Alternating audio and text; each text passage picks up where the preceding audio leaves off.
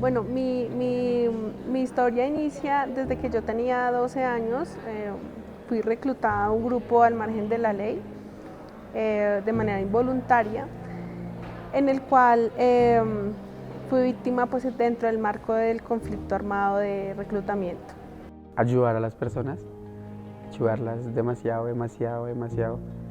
Eh, lo que hace un pedagogo, lo que normalmente hace un psicólogo. Me encantó conocer chicos, muchos chicos que tenían diferentes vidas y decirles, yo estuve ahí, pero mire que sí se puede. Inicié trabajando con ese tema ya hace 10 años como periodista y quedé realmente muy impactado por lo que pasa en muchas zonas de este país, que hay jóvenes que crean que la única solución a un problema que están enfrentando es la violencia, es unirse al conflicto. Y eso nunca debe ser la respuesta. Y quedé también impactado por la falta de sistemas de apoyo para estos jóvenes que viven con este riesgo diario. Entonces, por eso que inicié a hacer este trabajo. Y esto es súper bueno contarlo porque a mí no me reclutaron en ninguna vereda ni en ningún pueblo, sino aquí en Bogotá. El hecho mío fue porque mi mamá fue reclutada cuando yo tenía como 4 o 5 años. Ella era enfermera en un pueblo y la FARC se la llevó. Y el bienestar familiar me cogió a mí desde niña y me separó con mis hermanos. Y dio la posibilidad de que mi mamá a los muchos años se logró volar. Y en represalia a eso me llevaron a mí, ¿sí? Entonces, al llevarme a mí, me llevaron de mi colegio y fui a dar el grupo armado. Y cuando llevaba 2 años, mi hermano empezó a buscarme en los pueblos a donde sabía que había personas de ese grupo y les decía, me dejan ver a mi hermana, solo quiero saber cómo está. Esa es otra forma de reclutamiento que tal vez no lo saben y le pasó a muchísimos excombatientes, ¿no? Que se les llevaron los hermanos. Entonces mi hermano les decía, déjenmela ver. Y le dijeron, sí, claro, pues a la salida del pueblo nos vemos y yo los llevo a verla, cosa que era mentira. Mi hermano llegó a la salida del pueblo y se lo llevaron para el grupo también reclutado, ¿sí? Entonces ahí vamos una década de la mamá, del hermano mío, y dentro del grupo a los 14 años yo tuve a mi hijo David, ¿no? Entonces vamos 4 generaciones en un grupo, ¿sí? De diferentes formas de reclutar. Las personas que dicen que el conflicto está lejos de Bogotá están equivocados. Nosotros hemos trabajado con varios jóvenes que fueron reclutados en la ciudad, incluso unos que fueron reclutados en sus colegios y llevados a zonas mucho más lejos, a Cauca, por ejemplo. Entonces, lo que se ve en Bogotá muchas veces es lo que llamamos uso o utilización, que es donde o cuando el grupo armado usa o instrumentaliza a un joven para hacer unas tareas, para llevar armas, para vender drogas, para mover plata, para mover armas. Pero eso es como normalmente un inicio, ¿no? Es como una prueba, esas tareas, para ver si el grupo puede confiar en este joven y es una manera de engancharles y reclutarles totalmente. La Fundación trabaja con jóvenes y adolescentes en temas de prevención de violencia, prevención de reclutamiento. Trabajamos con adolescentes y jóvenes en riesgo, pero también trabajamos con muchachos y muchachas que han desvinculado de grupos armados y también jóvenes que están involucrados en el sistema de responsabilidad penal para adolescentes. Creo que el entorno en donde crecí fue un poco lo que influyó, porque pues es obvio, en donde creces o donde creciste es lo que normalmente vas a hacer cuando grande o cuando adolescente. El salir, como le decía ahorita, le contaba a Valentina, el que tú salgas y veas marihuaneros, bazuqueros ahí al frente de tu casa, con la pinche presencia de ellos, cambia demasiado. No es como tú salir y no verlos, ya ver tu, no sé, digamos en tu barrio. ya, es muy diferente, es muy diferente, es muy diferente. Entonces como ahí va eso, ahí va también las bandas criminales, mm, lo quieren meter a uno a hacer cosas malas. Tras de eso, bueno, amistades, va conociendo uno personas. En algún momento le hice mucho daño a las personas. Llegué ahí a la URI de menores, tenía 16 años. Llegué a la URI, bueno, yo pensaba que pues no sé, iba a salir al otro día, pero entonces no salí al otro día.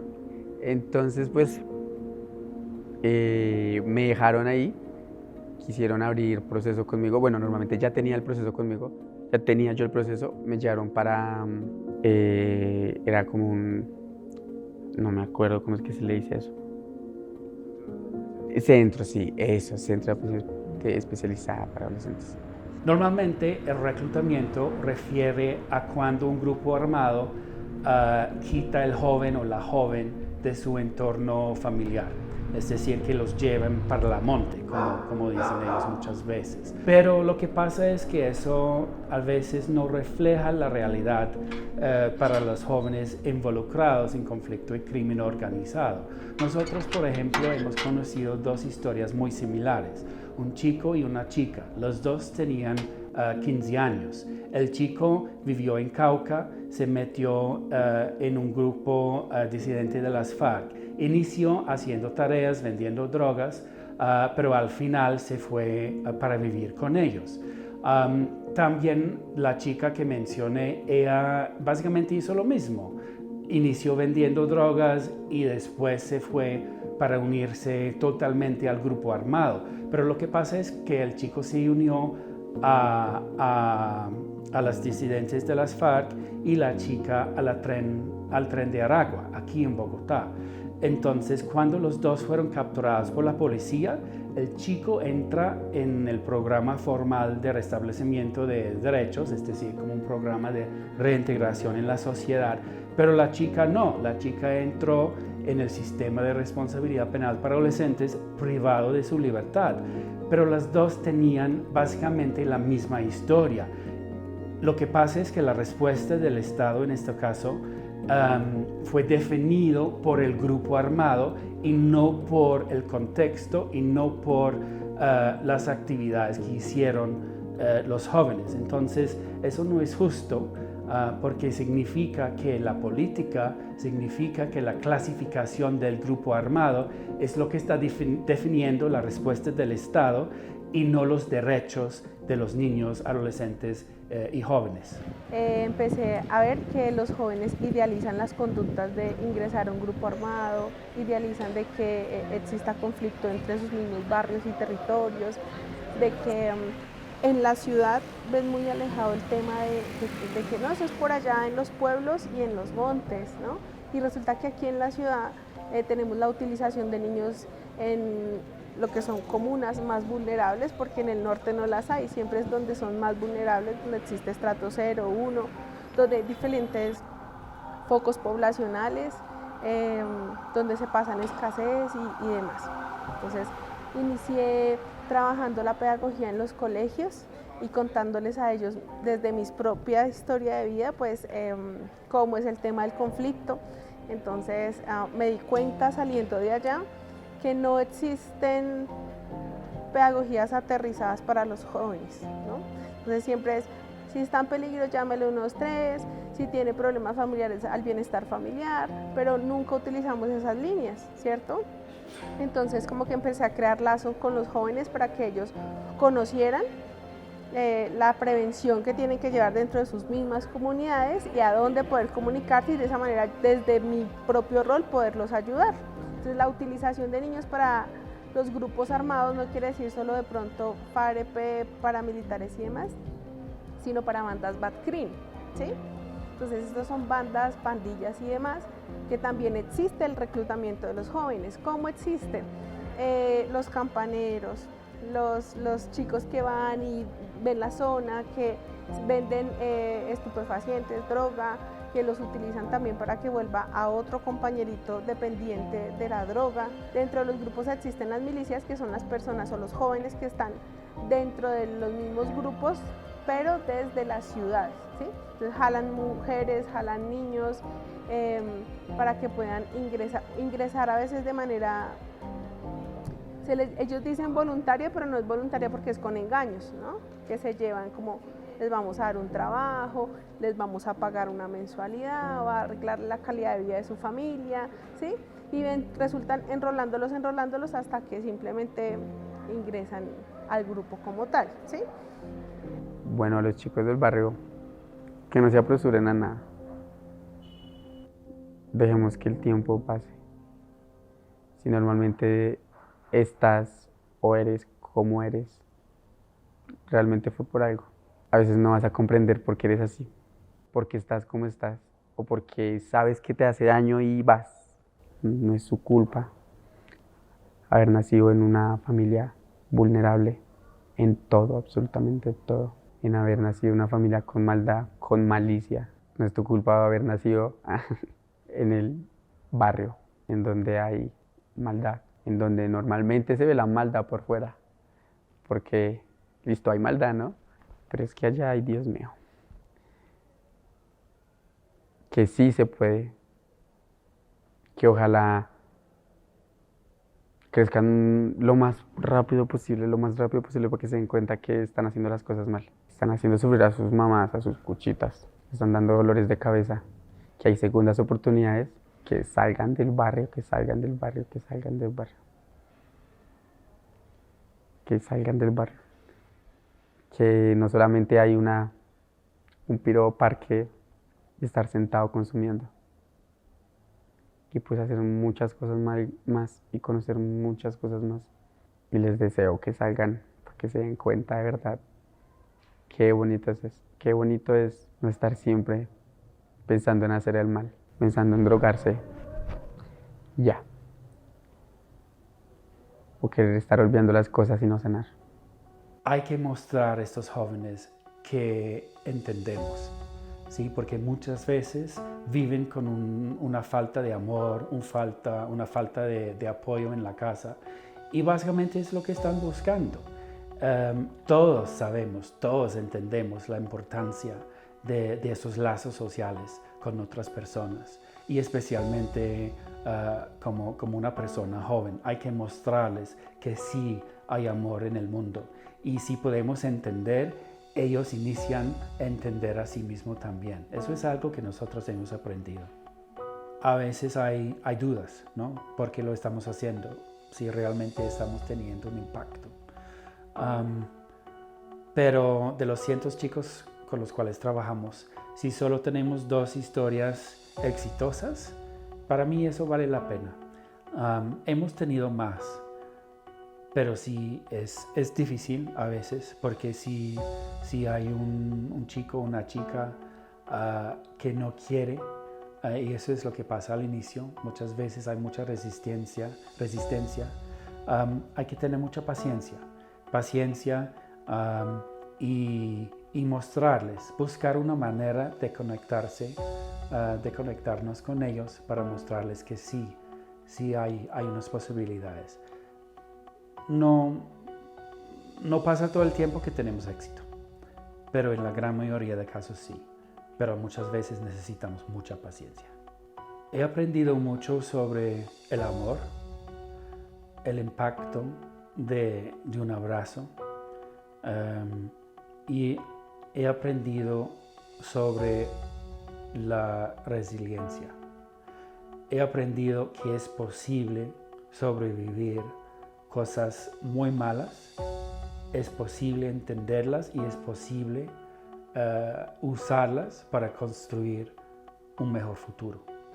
Bueno, dentro de mi historia de vida existe una parte muy importante que es mi hijo David, el cual cuando yo tenía 14 años lo tuve dentro del grupo y salió casi de 10 añitos a convivir en temas de población civil, donde le costó mucho la adaptación, más que todo a convivir con niños de la misma edad, aprender a estudiar, a escribir, a tener un sistema de salud, a tener un ámbito familiar. Pero la historia de David es muy admirable porque a pesar de esa transición tan severa que tuvo en la vida, inició a trabajar conmigo en espacios de pedagogía, ¿no? Entonces, donde él mismo daba su propia historia de vida, contando que tanto su papá como su mamá estuvieron dentro del grupo con él se crió por diferentes circunstancias ahí, pero pues que una oportunidad nos cambió la forma de ver las cosas y cómo utilizar, en vez de victimizarnos, cómo utilizar esa historia de vida o esa experiencia para ayudar a otros y para enseñarles que sí se puede salir adelante, ¿no? Y empezamos desde la institución educativa donde él entró a estudiar a dictar nosotros con mi historia talleres a los chicos de prevención, ¿sí? De hecho, en la zona de mi hijo hubieron 3 reclutamientos en Bogotá de compañeritos de ellos mismos, llevados uno a un grupo y 2 niñas a tratas de personas. Entonces, cuando ya el colegio vio que en la misma institución se estaban presentando esos casos, pidieron ayuda, ¿sí? Como que, sí, eso existe, aún estando aquí en Bogotá, entonces por favor, ayúdennos. Y empezamos a hacer pedagogía de cátedra de paz, se llamaba, dentro de la institución. Después mi hijo salió y empezó a formarse con periodismo por y para jóvenes de mi historia. Después de muchos desplazamientos, porque hemos vivido desplazamientos forzados y atentados y muerte a mi hermano y demás. De hecho, mi hijo fue herido también. De todas esas situaciones siempre hemos sacado como lo positivo y hemos seguido trabajando para transformar vidas de otras personas, ¿sí? Y mi hijo yo lo digo con mucho orgullo porque es un gran gestor de paz. Siempre que los niños viven en el conflicto, casi siempre el final de ellos o el futuro de ellos no es que sea muy bueno, ¿cierto? Porque traen cosas en su alma y en su corazón que son difíciles de borrar o de calmar. Y en el caso de mi hijo, pues fue diferente. Entonces mi hijo se ganó una beca para estudiar Ciencias Políticas Internacional y Periodismo en Europa. El sueño de él es ser un gran embajador de paz y terminar una carrera diplomática donde pueda ayudar a los niños, niñas, jóvenes y adolescentes de su país, ¿sí? Donde se puedan crear centros, donde los ayuden, donde inviertan la pedagogía no solo en las ciudades, sino también en las zonas rurales, que es lo más afectado en el marco del conflicto armado. Porque si es bien el abandono social del Estado y los problemas intrafamiliares y demás conllevan muchísimo a que ellos ingresen como única opción al grupo, ¿sí? Y también estudia periodismo porque quiere sacar a la luz pública todos esos casos que se esconden ante la realidad de un país. Usar periodismo con esos jóvenes tiene varios beneficios. Primero, es una manera de entender el mundo, pero más que eso, es una manera de entender mi lugar en este mundo y crear conexiones entre mi vida y lo que está pasando a mi alrededor. Pero también lo que hemos encontrado es que muchos jóvenes en este contexto sienten que no tienen voz, sienten que nadie les escucha. Entonces el poder de periodismo, el poder de producción audiovisual en ese sentido es muy fuerte porque podemos apoyar a los jóvenes, proyectar su voz a lo demás, no solamente a la sociedad o a la comunidad en general, pero a otros jóvenes. Y algo que es importante es que los jóvenes se escuchan mejor a otros jóvenes que a nosotros los adultos. Entonces, lo que mostramos con estos procesos de producción es que sí tienen voz. Lo que pasa es que nadie se escucha, pero sí podemos crear productos para apoyarles con la amplificación de estas voces. Podemos llegar a lugares más lejos y ayudarles a gritar. Los niños y niñas no merecen hacer el mal ni conocer el mal en ningún momento. Merecen crecer así. Las manos son para cambiar al mundo. Las manos de los niños y niñas no son para las guerras, ni para coger armas, ni para hacer el mal. Hay una frase que mi hijo utiliza muchísimo, muchísimo, porque yo les contaba que mi hijo es muy lector, ¿no? Y hay una frase que mi hijo utiliza mucho que se llama: me armo de libros y me libro de armas. No sé si la han escuchado. Me armo de libros, me libro de armas. Mi hijo estuvo 10 años en el conflicto viendo armas y posterior a salir de ahí, en los libros encontró cómo sanar y cómo ayudar a otros. El Día de las Manos Rojas es súper importante porque dicen que somos un país, una ciudad en paz, pero sabemos todos que el fenómeno de reclutamiento sigue. Y lo que pasa en Bogotá es que este fenómeno, el reclutamiento, el uso, utilización de nuestros adolescentes y jóvenes es muy invisible. Entonces, campañas como eso nos ayuda a acordarle a la gente que sigue pasando. Los jóvenes deben usar sus manos para construir sus propias historias, para aprender nuevas cosas y para hacer bien en la sociedad.